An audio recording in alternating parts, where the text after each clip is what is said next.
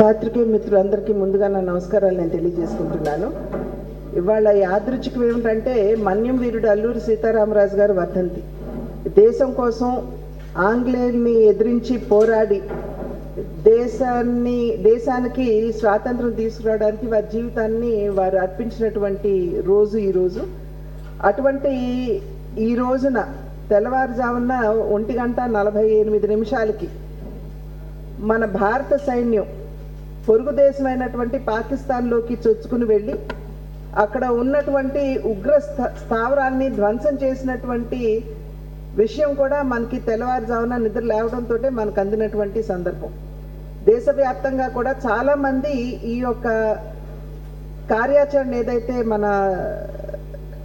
మన డిఫెన్స్ చేయబట్టిందో దాన్ని ప్రతి ఒక్కరూ కూడా భారత పౌరులందరూ కూడా స్వాగతిస్తున్నటువంటి నేపథ్యం.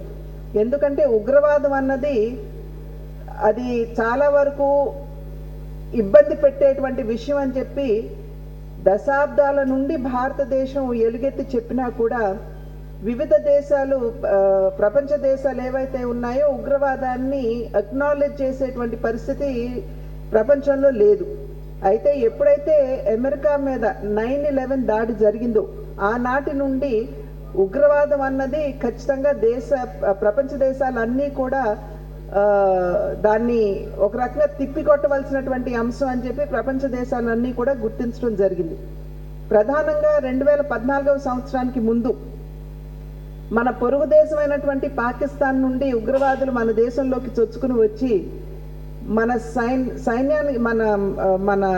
సైనికుల్ని చంపి తిరిగి వెళ్ళిపోతున్నా ఎటువంటి చర్య తీసుకోనటువంటి